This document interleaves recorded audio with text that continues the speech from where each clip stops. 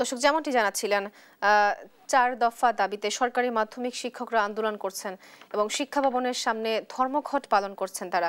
এ বিষয়ে বিস্তারিত জানাতে আমাদের সাথে যুক্ত হচ্ছেন সহকর্মী জান্নাতুল মোহনা।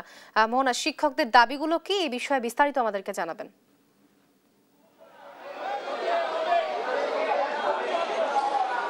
শিক্ষা ভবনের সামনে চলছে শিক্ষকদের অবস্থান কর্মসূচি।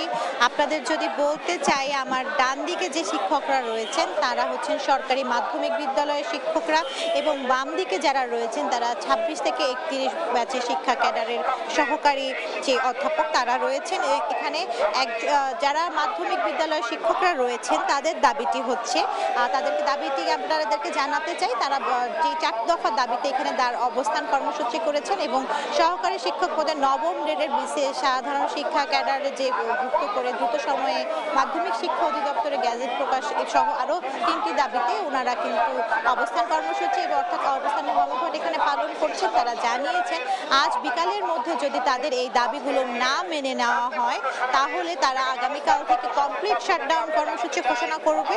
অর্থাৎ যদি আগামীকাল থেকে এই দাবি না মেনে আজকে থেকে যে দাবি না যদি মেনে নেওয়া হয় তাহলে আগামীকাল থেকে সকল সরকারি মাধ্যমিক বিদ্যালয় বন্ধ হয়ে যাবে। অর্থাৎ যাদের টেস্ট পরীক্ষা চলছিল সেই টেস্ট পরীক্ষাগুলো বন্ধ হয়ে যাবে এবং আর এই সাইডে যারা রয়েছেন তারা ২৬ থেকে ৩১ ব্যাচের বিসিএস শিক্ষা ক্যাডারের যারা তারা দীর্ঘ এক যুগেরও বেশি সময় ধরে তারা কোনো ধরনের পদোন্নতি পাচ্ছেন না এবং পদোন্নতি না পাওয়ার ফলে তারা মানসিকভাবে যে দ্বিধাগ্রস্ত হয়ে গেছেন এবং যার ফলে কিন্তু আজ দেওয়ালে তারা জানিয়েছেন দেওয়ালে পিঠ থেকে যাওয়াতেই তারা সামাজিক সম্মানের খাতিরেই আজ এখানে অবস্থান কর্মসূচি পালন করছেন। তো এই ছিল আমার কাছে শিক্ষা ভবন থেকে সর্বশেষ সংবাদ।